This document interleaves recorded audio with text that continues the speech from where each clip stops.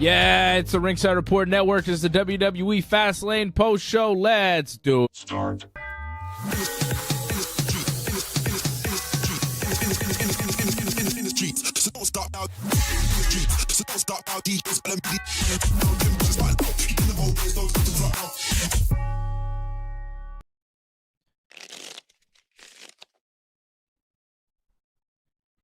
Yes, indeed. I love that song.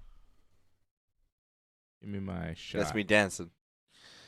We are here. We are live. We are on the Ringside Report Network. I like that theme music, too. It's good. On the streets. I'm here. He's here. I am he. We're the Simon Brothers. Johnny North not with us tonight. He's having internet issues. It seems like internet issues are going around. We had some internet problems last night. Johnny North is not here tonight. His internet crapped out. I think he missed the main event tonight, too.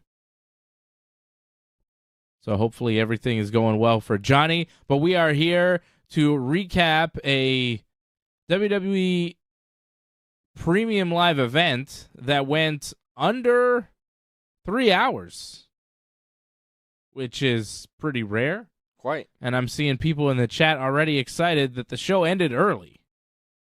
And yeah, it ended early, but was it good? That is the question we are trying to answer here tonight. Was the show good? It felt longer. It did feel long, right? It didn't feel like a short wrestling show. It was just under 3 hours. They did 6 matches. It was not the best. We had a title change. Tag team titles changed hands, which we predicted last night on the Fastlane preview show. We expected Cody Rhodes and Jey Uso to beat Finn Balor and Damian Priest to become the new WWE Tag Team Champions, which is exactly what happened. An entertaining match. Not bad. Not a bad opener, right? No, it was fine. Decent opening match with a fun finish where you had a title change. I thought it was decent. Rhea Ripley showed up ringside, was trying to distract Jey Uso. Finn at one point hit the coup de grace on Jey, but Cody broke up the pin. Nice false finish there. Rhea smacked Jey Uso in the head with the Money in the Bank briefcase, but then Jey kicked out at 2 after the briefcase shot. I thought, oh, maybe they'd take him out with the briefcase, but no. Jey Uso does not take a pinfall tonight. Cody Rhodes does not take a pinfall tonight. They win. Damian was setting up Cody on the table outside the ring. JD accidentally hit Priest with the Money in the Bank case, which the accidental hit of Priest didn't kind of come off well. It looked like he hit him on purpose. Cody then hit Crossroads on Priest on the announce table outside the ring, which took Damian Priest out of the match. Jey Uso back in the ring, super kicks Finn Balor. Cody tags in with a Cody cutter and like a 1D combination move that they did. Mm-hmm. And then Cody hit the Crossroads for the win. Cody and Jey Uso, new WWE Tag Team Champions. So the belts go from the Usos to Kevin Owens and Sami Zayn for a while after WrestleMania. And then last pay-per-view at Payback, Finn and Priest take the tag team titles, and now they bounce around again to Cody Rhodes and Jey Uso, which does give Cody and Jey a pretty good spot in the WWE, a pretty useful spot for the WWE, because now as tag team champions, as the undisputed tag team champions, they can go on SmackDown. Mm-hmm. You can get Cody Rhodes on SmackDown on a more regular basis. You can get Jey Uso back on SmackDown interacting with the Bloodline. You can get Cody back interacting with Roman Reigns, who's going to be on SmackDown this coming Friday night. Don't be surprised to see Cody and Jey on SmackDown too, right? For sure, for sure. So it does put a lot of things in motion, having Cody and Jey Uso as the tag team champions. It gives them that kind of free agent status where they can move around the WWE as they please. They don't have to stick to Raw, which is good when you have a guy like Cody Rhodes, who's a big star in the company, that you do want to use on SmackDown from time to time. So it does make sense for the WWE to have Cody and Jay use the tag team titles as a vehicle to kind of move around and be used on the various shows in the WWE and rekindle their feud with the Bloodline and Roman Reigns, right? It makes a lot of sense. And again, going into it, I just didn't see Cody or Jey Uso taking a fall. The way Cody and Jey Uso are being built right now in the WWE, I didn't see them losing. I think it would have been a big misstep for them to lose, even with the interference from the Judgment Day. These guys are mega stars. Like you talked about it, you were saying when we were watching, like The Rock, you know, he would take the shot in the head with the briefcase and he would keep on ticking and he would have kicked out too. Yeah, like, and then take a pedigree. That's it. Like JD McDonough or Dominic Mysterio shouldn't cause Cody Rhodes or Jey Uso to lose matches if Cody Rhodes and Jey Uso are to be taken seriously against a guy like Roman Reigns, who's like the longest reigning champion ever, right? Yeah, because you want that mystique. You want it to be unknown what it is that can beat them. Yes, the irresistible force versus the immovable object. Yeah. Like, but if you know a JD McDonough holding your leg is going to keep you down for the 1, 2, 3, you lose that mystique. You lose that audience perception. Exactly. And I think Cody and Jay right now are recognized by the WWE as mega stars that shouldn't just lose because Dominic Mysterio did a thing outside the ring. You know? Especially if Jay's going to use this main event moniker. Yeah. And, you know, who knows what this Cody and Jey Uso tag team title run is going to be. I expect more matches with the Judgment Day because that seems to be the never-ending story. But it will also open up matches with Solo and Jimmy. I expect that to be a match to go down, and just more stuff with the Judgment Day. Maybe Solo and Roman even, you know, or Jimmy and Roman, some sort of combination with Roman. I could see Cody kind of being paired off with Roman, and then maybe Jay and Jimmy being paired off, because that was another match that I heard about as a tentative plan for WrestleMania next year would be Uso versus Uso. That makes a lot of sense. So if you do kind of one Uso versus the other in a tag team match with Roman and Cody on the other side of it, you got some good stuff. True. There, and right? if the plan is for Roman and Cody rematch, this is a good way to get that ball rolling again as we head in towards the road to WrestleMania. That's it. I mean, we got Survivor Series coming up in November. We're going to hit Crown Jewel first, where we expect Roman Reigns and John Cena to have a match. After that, Survivor Series, you know, I think there's going to be some sort of War Games where it's Cody, Jay, and Kevin and Sammy. Maybe Kevin and Sammy. Maybe. Or maybe LA Knight and somebody else. Like, I don't know. It depends who they position there. It could be Kevin and Sammy against the Bloodline guys, but it could be some other people. But I expect Cody and Jay to be involved in some sort of War Game Survivor Series match against Roman Reigns and Solo. And you know what I mean? Like, they're all going to be in the mix. Jimmy. Roman's not defending the belt. He's going to defend the belt at Crown Jewel, but not at Survivor Series. He's going to be in some sort of multi-man tag team match. So, you know, there's a lot here at play with Cody, and you're heading into the Rumble. You're heading into WrestleMania. And I've heard that the plan is for Cody to get a rematch with Roman Reigns, for him not to win, but to get the rematch, and then for Roman and Rock to also wrestle at WrestleMania. So I could see Cody and Roman be in the match at the Rumble, and then Rock and Roman at WrestleMania, and then Roman winning all of them. Right? Yeah. Why not? Keep the train rolling. That's right. Tough to pick a match of the night. I'm seeing some scores on 10 already in the chat. Yeah. Harold Schneider dropping a super chat. The $7 super chat from Harold. Thank you, Harold. You're the super chat leader so far of the night. He's also a member of the team over at join.ringsidereport.net. Go to join.ringsidereport.net. Support the channel. Support the team. Harold Schneider says 6 out of 10. Until I found out it ended this early makes it 7 out of 10. 7 out of 10, I think, is a stretch, Harold, because last week I thought Wrestle Dream was a really solid pay-per-view from AEW. It was longer than this, but it was better than this. It was far better. I'm sure. So, and that I gave an 8, and I don't think I'm giving this thing anywhere near that. So I think a 7 is a little bit high for me. Ryan Katz, I'm seeing, giving it a 7. Alex Taras giving it a -1 out of 10.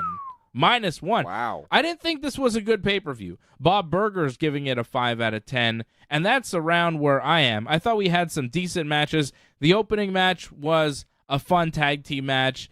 Carlito returning to team up with Rey Mysterio and Santos Escobar was fun. It would have been a huge surprise for me had Johnny North not told me that last night. He was like, yeah, they signed Carlito like a couple months ago. I was like, they did? I didn't know that. I hadn't read that.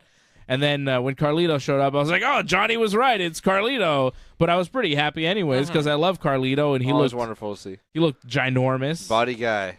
So jacked. So that was cool. Rey, Santos, and Carlito beat Bobby Lashley and the Street Profits.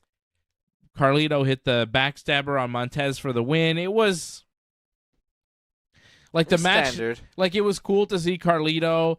The fact that he came in kind of mid-match, I didn't love. It's like he just got the phone call from Rey. They did a promo earlier where Rey was like, I called a guy, but he hasn't got back to me yet, so I don't know if we have a partner. So they started the match against Lashley and the Profits 2-on-3, but then Carlito showed up, and then after the match, he's like, oh, I just got your phone call, so I came. Yes. It's like, what? In my gear, did my stretches and my prep, everything in like 5 minutes, and here I am in Indianapolis. Yeah. It just didn't make a lot of sense. Like, when did Rey place the phone call? Because he knew last night that he needed a new partner when all his guys got beat up, right? His guys got beat up last night by the Street Profits, and he needed a new tag team partner. So last night he must have placed a call to Carlito. Carlito only knew he was going to make the flight to Indianapolis when? Yeah, he couldn't have contacted. He never contacted Rey, never called him back to be like, yes, Rey, I will be there. Just leave it up in the air. Any chance you could get them to like put our match later? I'm gonna be, close for time. Nothing. There's just where like, was he flying out of? Yeah, not a really nice. Was he in Tampa? Was he in San Juan? Was he in London? I know Carlito lives in Houston. He lives in Texas. I'm pretty sure he lives in Houston. So I would assume he's flying out of Houston. Indianapolis, Nevertheless, say Rey Mysterio calls you last night, which he should have called him last night, or early this morning, like 1 a.m. Right? Carlito gets the phone call. Say he gets it late, but he still had a plan to make his way to Indianapolis. At no point during the travel time from Houston to Indianapolis or wherever he's coming from does he feel it necessary to contact Rey Mysterio back. Send him a text, be like, yeah, by the way, Rey, that tag team partner you needed, you got him. It's cool. It's Carlito. I'm coming. Nothing. Yeah. There's no, Rey's like, I don't know, man. I guess we'll do it 2-on-3 and hope for the best. Yeah. Just gotta leave. And then Carlito shows up at the end, and they're like, yeah, this is awesome. And they don't go, hey, man, return your phone calls. Like, what's the deal? Yeah, like Rey could have easily had Rey just say, like, yo, my man got in touch with me. He's on his way. He's coming from far. Yeah, no, Rey's like, I haven't heard. He'll be here when he can. Let's hope he's here. And then, then it makes it more triumphant when Carlito comes in because, he never stopped trying to, fight for his friends. Instead, it makes it seem like Carlito got text was like, oh, shit, I gotta go. Yeah, and then he ran, and he's like, Rey will see me when he sees me. Don't worry about it, Rey. Yeah, it's cool. You're just getting beat up by the Street Profits and Bobby Lashley in a 3-on-2 assault on national television. Help is on the way, dear. Yeah. You better be cool. Spit in the face of people who don't want to be cool. Oh, and his theme song did he come out to a song? Yeah, it was slightly different. It wasn't the classic Carlito. It wasn't theme. the classic Carlito theme. I was a little disappointed. I think I heard his voice in there, like maybe some samples of the old Carlito theme. I spit in the face of people who don't want to be cool. Tremendous. So we're seeing a lot of scores on 10. We should give our scores on 10. You better be cool. So Rey Mysterio, Santos Escobar, and Carlito beat Bobby Lashley and the Street Profits. Io Sky defended her WWE Women's Championship in a triple threat with a little help from Bayley, beating Asuka and Charlotte Flair. John Cena and LA Knight, of course, won their match against Jimmy Uso and Solo Sikoa. And in the main event, Seth Rollins won the last man standing match to retain the World Heavyweight title. And quite frankly, despite the finish that I did not love in that match, I would say that the Seth and Shinsuke match would probably be my match of the night on a card that just wasn't that exciting overall. But Seth and Shinsuke hit some pretty crazy bumps. We'll go through the match here in a minute. But I think that's probably going to be my match of the night. As far as a score on 10, I'm seeing a variety of scores. Harold Schneider gave it a 7 on 10. It was a 6 until he realized it was an under 3-hour pay-per-view. He liked that, which we can all appreciate. Ryan Katz giving it a 7 on 10. Bob Burger's giving it a 5 on 10. Ray Cruz, member of the team, giving it a 4 on 10. That seems about right. If you watch this pay-per-view, Jimmy James says, missed the pay-per-view, but I would guess by the card was a 4.5. A bikini contest would push it up to at least a 7. Well, Jade Cargill did come out of a car in basically a bikini. I don't know what she was wearing, some sort of space outfit. She looked cool. She didn't do anything. Jade Cargill was shown on the kickoff show coming out of a SUV, and Triple H kind of shakes her hand and talks to her. We don't hear what they say, and then they walk off. And I'm like, okay, there's Jade on the kickoff show. Surely we'll see her at Fastlane. Nope. Not even like, I thought she was going to come out to like look at Io Sky or something to be like, yo, I'm your next challenge. Or Charlotte backstage, or a promo to say I'm here. Nothing. Yeah. Or a backstage with Triple H for a minute or two. Like, when you give us an entrance to the building on the kickoff show, we've been programmed and trained by the WWE to expect some more stuff on the main show. You know, when you give us a snippet of a new superstar on the pre-show, we expect you to give us something a little bit newer on the actual show. But instead, on the actual show, they just did a replay of Jade coming to the building, and they didn't follow it up with anything. And not even a backstage promo. Her and Triple H. Nothing. Triple H saying, like, we're really excited to have you here. No Kayla backstage. Jade, welcome to the WWE. Any comments? Tune into Raw and find out. Not even that. No. Not even that. Didn't say, Kayla, cut the shit. Yeah, that'd be great. But none of that. We saw her, but that's it. We got to see Jade, but we didn't get to see Jade do anything. Got all ready in my Jade Cargill t-shirt. I'm all hyped for Jade. They didn't give me any Jade. You're all ready in your Bret Hart t-shirt. They didn't give you any Bret Hart either. They did not. At least they showed Jade on the screen. They didn't show Bret on the screen, and they should have, because it's a wrestling show and Bret lives. They should always just show his face. They did show. Is he in the opening? He's in the opening. He must be. He must be in that thing. His Andre voice the Giant, WrestleMania, that thing. His voice isn't there though. There's no like best there is, best there was. There's acknowledge me. Yeah, and like King of Kings. There used to be a woo, but they took the woo out. I think they brought the woo back. Did they bring the woo back? I think the woo is back. The I don't woo know is if back. Hogan's there though. Is Hogan? That's a Wu-Tang thing. The woo is back. Okay, so scores on 10. Jimmy James gave it a 4.5. I'm seeing all different scores. I didn't see Lior's score. What did Lior give it? Lior, what's your score? Lior, a member of the team. He says Bobby in the Street Profits group needs a name. I didn't see Lior's score.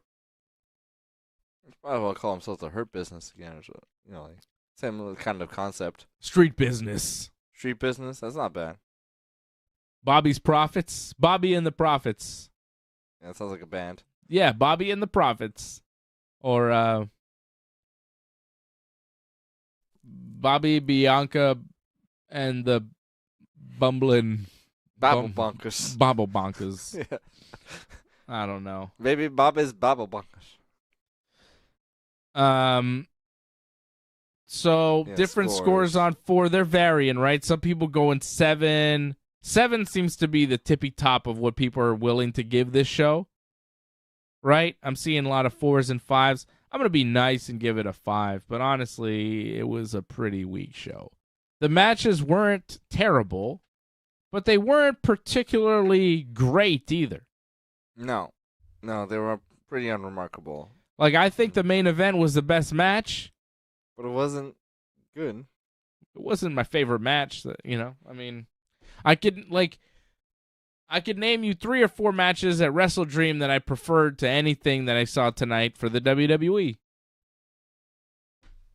You know, say what you want about AEW, but I do think they delivered a better pay-per-view last week. Like Bryan Danielson, Zack Sabre Jr., that was way better than anything you saw tonight. Christian Cage, Darby Allin, Hangman Page, Swerve Strickland. All those matches were better than anything you saw at Fastlane here tonight. You know? And when I have that pay-per-view 6 days removed from Fastlane, I can't help but compare.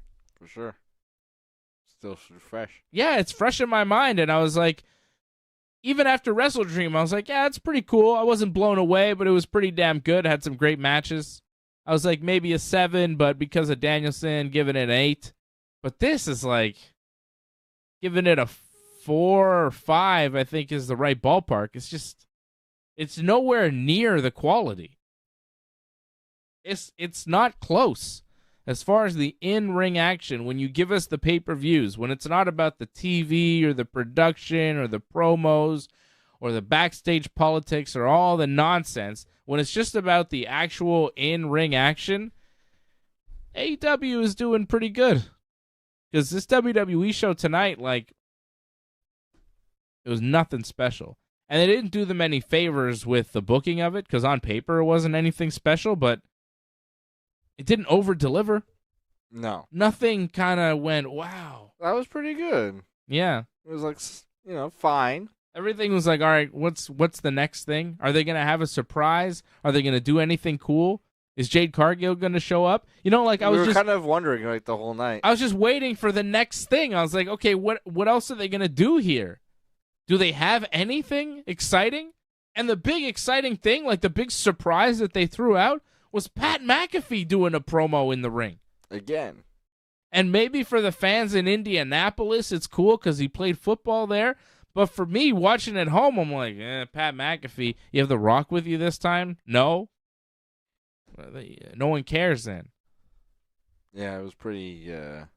You know, just stretched time. What was that? I'm not trying to see LA Knight match. I'm not trying to see Harvey Whippleman.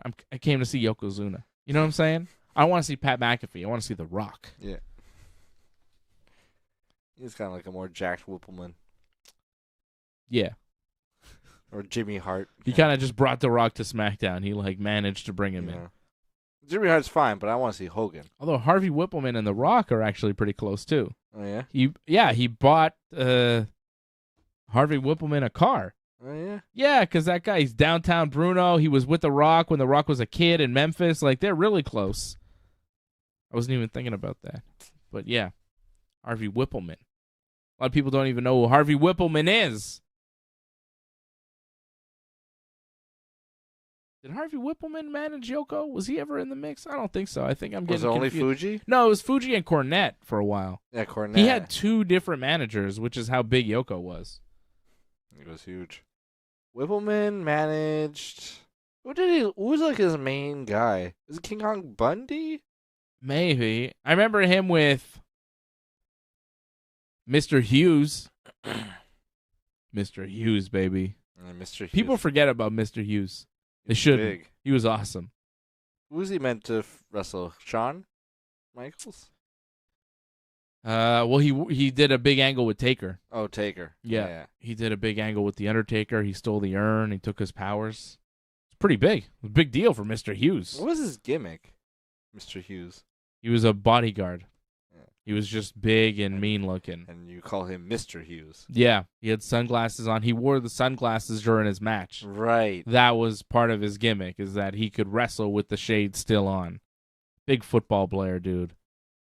Trained a bunch of wrestlers, too. He's trained a lot of wrestlers that you've seen today.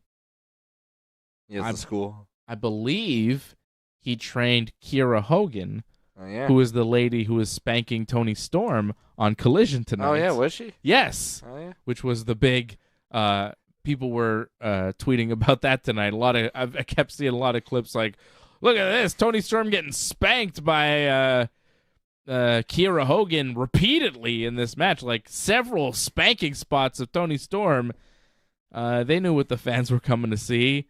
some spanking. I think Jimmy James, he's getting a little excited, wanted a nip slip. I think he should have been watching AEW Collision tonight to watch Kiera Hogan spank Tony Storm, and then Tony Storm bite Kiera Hogan's ass, and then German suplex her, which was something you don't see every day. No, Lior. not on TV. Lior, my man Lior, giving it a 6 on 10 average. I'm giving it a 5.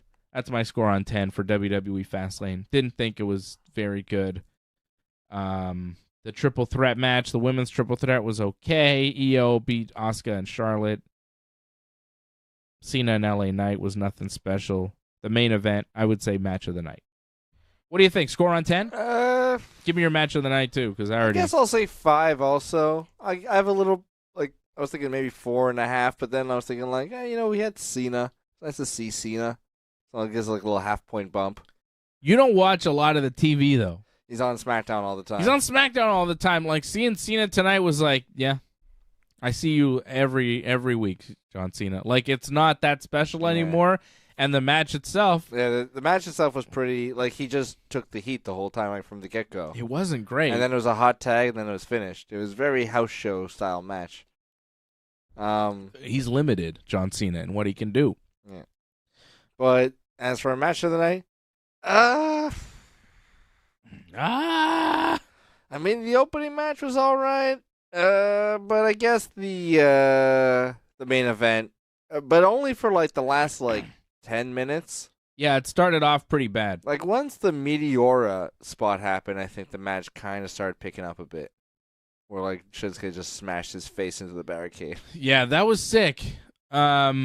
But they did a lot of stuff at the beginning, with the nunchucks, and the nunchucks was okay, and putting Seth's head in the trash can, hitting it with a kendo stick, it was all right. But then Seth started using weapons, and he hit some really weak kendo stick shots, a really weak trash can shot. Seth just didn't seem to be putting everything into it. Shinsuke at one point did a running knee into a table in the corner, and he just kind of stopped, and the table didn't quite break.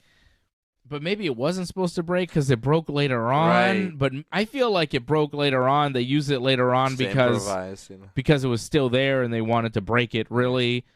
It was a nice spot where the half of the table just falls on Seth's face. That was kind of cool. Well, he hit a Kinshasa on Seth that kind of drove everything through the table, and then the top half of the table just kind of fell down on Seth and made him disappear for a couple seconds. Yeah. It was a very cool spot, and they had some cool spots. It did pick up. It started off a little bit slow, and it didn't feel like it was gonna get to where it needed to be. But they went into the crowd. Seth got knocked off the stands in the crowd onto this platform that they had set up. And you saw the platform when you cut down to Seth, and Seth's on the floor acting like he took the bump on the floor when really it was obvious he took it on that platform that was padded that they had right there. So it was kind of corny for a little while. But then Seth took a backdrop on the exposed floor. He did take that bump. Nakamura landed that. He went off the top rope, double knees, through Seth, through a table outside the ring, and the table was so close to the barricade that when Shinsuke landed with the knees, he flung into the barricade, he slammed into the barricade with the momentum. But Seth taking the double knees with enough force to pierce the table. That's rough. Yeah. That was a rough bump. That was a rough bump for both guys, and it was a really exciting spot. Seth went to the top of a ladder to try to put Nakamura through it, and Nakamura got to the top of the ladder and spat red mist in Seth's face. Usually they use green mist or black mist, but tonight it was a red mist, which makes it look more like blood, so it's got more of that element. But the red mist in the eyes blinded Seth, and then Seth backed, and he fell off the ladder through the announce table, which was a cool bump. But Seth got up before the 10 count. I thought that was a decent false finish, because with the mist and the bump through the table off the ladder, that's a big spot. You got misted in the eyes, so you're blinded. You fell off a ladder, and you went through a table. That could finish you, and when that happened and Shinsuke standing on top of the ladder, celebrating, I was like, maybe they're going to give it to Nakamura. Maybe Seth's hurt. Maybe something's going on, you know? But they didn't. Seth got back up, which I thought was really good because they got me there for a second. I was like, oh, maybe. And I really didn't believe at any point that Nakamura was going to win. But in that moment, I bought it. That was the biggest thing this match had going against it. Didn't matter, like, all the cool spots. It's like, yeah, but as unfortunate as it is, it's just like we just don't believe in Shinsuke anymore. He just doesn't have that kind of credibility, you know? Like, and, like, it's kind of funny to think about because, like, Shinsuke at one point, like, I mean, maybe it was 5-6 years ago now, but, like, he had, like, the most cred among, like, the wrestling fan stuff. He eliminated Roman Reigns to win the Royal Rumble, you know? Yeah. Like, it was like, oh, okay, like, this guy seems like they're gonna, like, treat him well, you know? Like, they did for a while, but yeah, it just never quite gelled, or I don't know. Like, it's that whole thing with AJ about AJ Styles, you know, and they're kicking each other in the balls. That went for a long time and just never, and like had so much hype that just never quite lived up to. Yeah, that feud didn't really work. He won the Rumble, but didn't win the title at WrestleMania, which it's never good. Never a good sign. They brought him in. They were bringing in a lot of stars from New Japan. He was huge in NXT, but on the main roster, it never quite translated to the same fervor from the crowd, right? They never loved him as much as they did in NXT. No. He never got as over. But, you know. There was a moment, though. Yeah. I remember, like, that Final Four face-off in that Rumble, I want to say it was, like, 2017? Maybe? And either way, it was, like, Finn and Nakamura on, like, one side, and Cena and Roman on the other. And it was meant to show, like, hey, this is kind of like who we kind of have as the guys, but these are the kind of guys who could be the new guys. Yeah. And it felt like a real, like, dividing point. But same with Finn, you know, never quite made that, you know, next leap. It's tough, man, when you come in as a star from another promotion. Doesn't always work. The fact that AJ Styles got as over as he did, I think is a pretty big surprise. Like, they treated him really well, and they made him into a guy that kind of became one of their own. Do you think it's just he's American?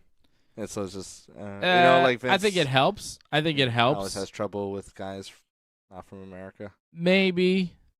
I mean, Shinsuke Nakamura not speaking English does not help him become a top star in WWE. Like, it just doesn't work. And Finn, like, he got hurt, too. He got hurt at the worst time. He won the Universal title. He was first Universal champion. He beat Seth Rollins at SummerSlam. The next night, he has to give up the belt because he's hurt, and his career never really recovered. He got hurt at a crucial moment in his career where he was given the ball to run with it and see where he could go.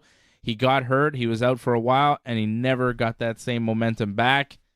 He's been trying to get it. I mean, he just had a whole feud with Seth Rollins about it, and you know, he's like, it was your fault, Seth. You hurt me, and that's why I never became a star. And it's like, well, okay. You keep saying that, we'll be like, oh, yeah. It's what happened. It is what happened, but I don't know. I mean, it's partially Seth's fault, I suppose. Yeah. But, yeah. You know, Nakamura never has won a world championship in WWE. Probably never will. Did not expect him to win tonight. He had a good match. They did so much in this match. They go back out and they fight through the crowd. They get on this platform. Seth hits a curb stomp. Shinsuke gets back up. They're fighting on the platform. Eventually, Seth picks him up and hits a Falcon Arrow through two tables that are set up next to the platform. And you go, okay, cool, that's a cool spot. But it was the finish. Yeah, and I was like, that's it. And, like, the way Seth kind of, like, stood up at the end, like, we weren't really focusing on that for all the times we've been focusing on, like, oh, is Seth going to get to his feet? Or that time it was just like, oh, 10, and oh, Seth's on his feet. And, like, it just felt very kind of rushed. I guess they were doing, like, trying to do a double count to count them both, but Seth got to his feet first, but I mean, he hit the move. You think he would, and it just felt like a flat finish. Like, because the match seemed to be building, and then to go out in the crowd and do that finish there, it's like, Falcon Arrow. Do it in the ring. Move. I would have preferred the finish be in the ring with something that had a bit more build. Like, it felt like it kind of ended too early. Mm-hmm. You know, like when you have Seth Rollins getting misted in the face, flying off the top of a ladder and going through a table, and that's just a false finish. And then the real finish is a Falcon Arrow. It's not a pedigree. No. What? No, it's not a curb stomp. No. It's one of his It's not even a moves. power bomb. It's a Falcon Arrow, which he does in a lot of matches and never pins anybody with. But this threw a couple tables outside the ring, and it's outside the ring on like a carpeted thing where you, for sure, it's like elevated and carpeted, so there's a mat underneath, so it's not like right on the floor. It just felt like a really flat finish compared to some other stuff that they had done, like the Nakamura double knees through the table, Seth Rollins flying through the table. Those seem like bigger spots than the finishing spot. Not great. No, bad pacing. Not sure who produced that one. Ray Cruz asks, no cash in tonight. What are your thoughts? Okay. Like, well, it doesn't really, like... I mean, he still got Money in the Bank. Yeah. He lost the tag team titles tonight. I liked how they presented it with Rhea Ripley saying, no, Priest wanted to cash in, right? They had a backstage segment with Judgment Day. Priest was like, I'm going to cash in. Rhea Ripley's like, no, not tonight. You're hurt. Give me the briefcase. Give me the briefcase. I like that. Because Rhea Ripley is the boss. She's the leader. She's the mom. She's mommy. And she took the briefcase from Priest and told him he wasn't cashing in tonight. I thought that was fine. But when they set that up, right? When they set up, Damian Priest is not cashing in tonight. I go, okay. So you have something else then for the finish of the pay-per-view, right? You know what I'm saying? Like when they tell you we're not going to get a surprise cash-in at the end. We're telling you this. There's no chance of a cash-in. I go, okay, cool. So what do you have? Just a Seth Rollins, a Falcon Arrow through a couple tables? Yeah. That's how you end this pay-per-view? They didn't have anything. They didn't have a little bit extra. This did not feel like a pay-per-view. This felt like a very mid-level show. It felt like a Raw that was slightly better because you had a tag title change and John Cena wrestling. But really, it was nothing special. Christmas Raw. Yeah, like the main event. It was like a Raw that they were trying for. But really, if you look at this show and then you compare it to the NXT show that they're doing Tuesday night. Yeah. With everybody there. Cena's going to be there. Heyman's going to be there. Undertaker's going to be there. Triple H is not that night. I don't know. Triple H is going to be on SmackDown. But they've got Asuka wrestling there. Like, they've got all sorts of stuff on this NXT show coming up Tuesday. And it feels like they've got more booked for that NXT show than they had for their pay-per-view tonight. So, I mean, no cash-in. It's whatever. I don't expect Damian Priest to beat Seth Rollins and become the champion anyway. So, I don't really care about the briefcase. Doesn't mean much to me. However, Fastlane left a lot to be desired. 5 on 10 is our score for Fastlane. Not the best pay-per-view. Mid. Yep. And that's it. Yeah. And that's that. I mean, that is what happened in WWE Fastlane. We did not have much. To recap the action, in case you missed the show, Seth Rollins beats Shinsuke Nakamura to retain the World Heavyweight Championship in a last man standing match. That is my match of the night. I didn't see what everybody gave for the match of the night.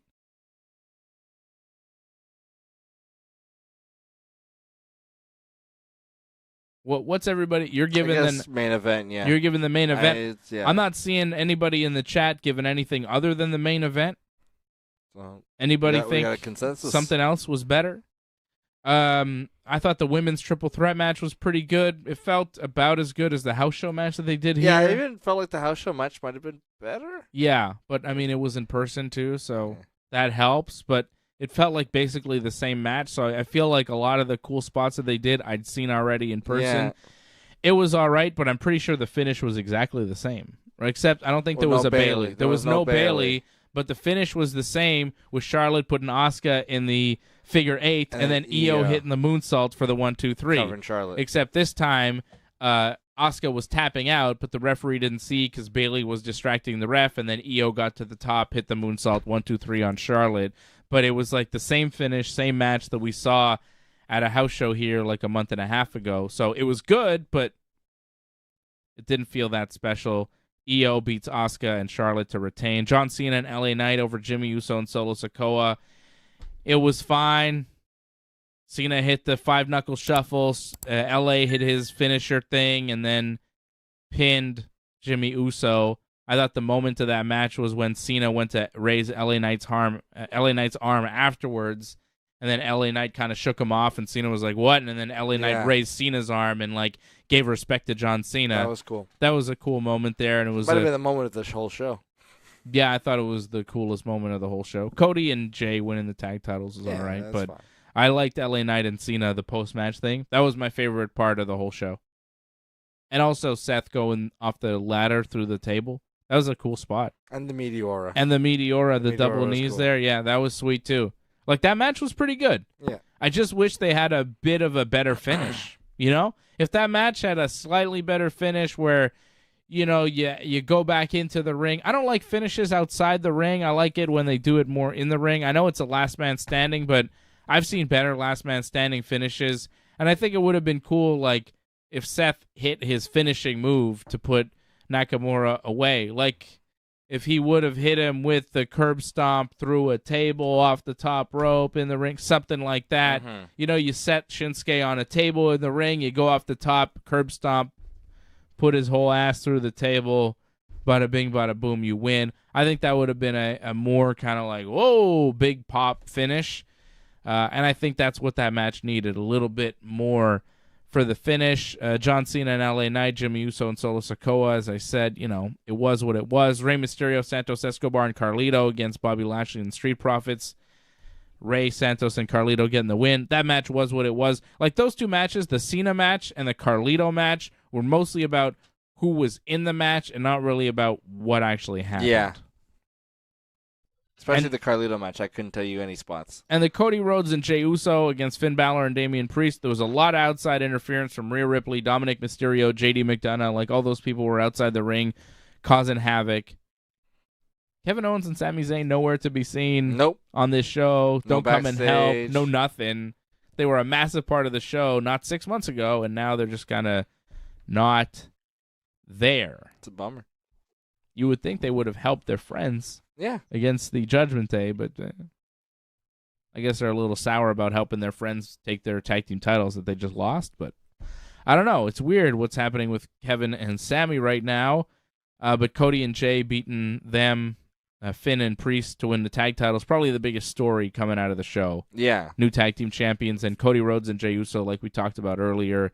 They've got so many options now to go to SmackDown, go to NXT, go wherever. Oh, Cody's going to be on NXT too. Yeah, with a big announcement. Major announcement from Cody Rhodes on NXT, which, as I said last night, it's kind of like Tony Khan making major announcements at this point. You don't really believe you. We don't believe you. Ray Cruz says Seth versus Nakamura match of the night. Ryan Katz agrees. Ray Cruz says, women's triple threat was good, but like you said, I saw it at the house show, and seeing it again is like watching a movie when you know the ending. Yep. Yeah. Seen it, been there, done that. But, like, I wonder for somebody who didn't see the match at the house show, maybe that would be your match of the night. But I still think, overall, the main event would have to take it. It was good. Yeah, it was like, solid. It delivered. Like, it had me believing that Shinsuke was maybe going to win at one point, which that's hard to do. Wow. Yeah.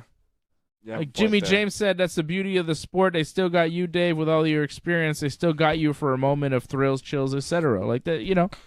He's right. You know, they still caught me for like a brief moment. I was like, "Oh, is Shinsuke gonna win?"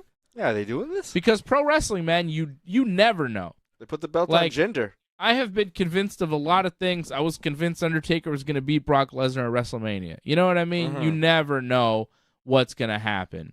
They can make changes. Things happen. People get hurt in the match. Jon Moxley gets dumped on his head and he drops the title to Rey Fenix on live TV. Shit happens in pro wrestling. I know very, very well from, you know, being around pro wrestling and seeing like if you're anywhere near like a backstage of pro wrestling, if you work on a pro wrestling show or you know pro wrestlers and stuff and you kind of get to know what's happening really backstage and then you see the show and they tell you, yeah, this wasn't supposed to happen, this wasn't supposed to happen, this guy went too long, this guy wasn't even supposed to come out and do this run-in, you go, what? Because when you watch the show, it all seems normal. Yeah, you can't tell. It feels coordinated. But then you find out, like, this guy didn't show up, so we had to put this guy in this match, and this wasn't really the match, so we had to switch this around and that around. And you're like, oh.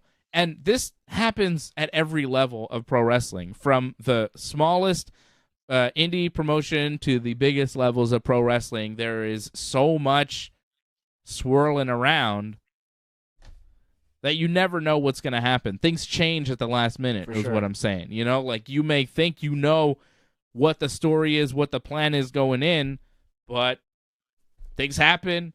Somebody slips on a banana peel, bumps their head, and they don't kick out, and the referee's told, count it as a shoot, and you lose. Yep. That's pro wrestling. That's the wild world of professional wrestling, and that's what we cover here on the Ringside Report Network. Please subscribe to the channel. Support us any way you can. A like and a subscribe and a comment goes a long way, so we appreciate all our subscribers, all our new subscribers, and our subscribers that have been around.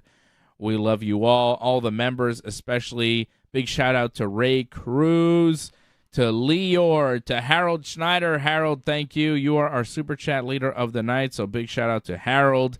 And all the members over at join.ringsidereport.net. Join.ringsidereport.net is what you need to do. Go there and do it. Join us.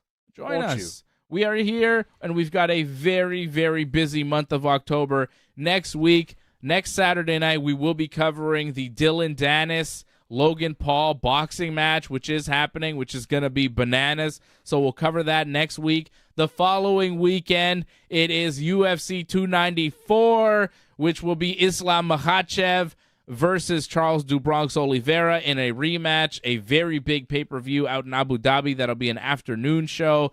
And then we end the month of October with another huge boxing match, Tyson Fury versus Francis Ngannou in Saudi Arabia as well. So that should be another afternoon show. A lot of shows out in the Middle East. And then I think maybe the following week is Crown Jewel in the afternoon. Boy. So a lot of afternoon action, I think, coming up here on the Ringside Report Network in the month of October through November. So keep it locked. We are here every Friday night talking professional wrestling, every Friday night at 10 p.m. Eastern Time, and every Thursday night. Thursday is when we'll be back here, 8 p.m. Eastern Time, to preview some MMA action for you. We've got more picks and more fight talk coming up Thursday night, 8 p.m., right here on the Ringside Report Network. Thanks for sticking with us to the end. We would really appreciate it if you could help us spread the word. You know the drill. Hit that subscribe button, flip those notification switches. We are an audience-supported network, so consider becoming a recurring supporter at membership.ringsidereport.net. Check out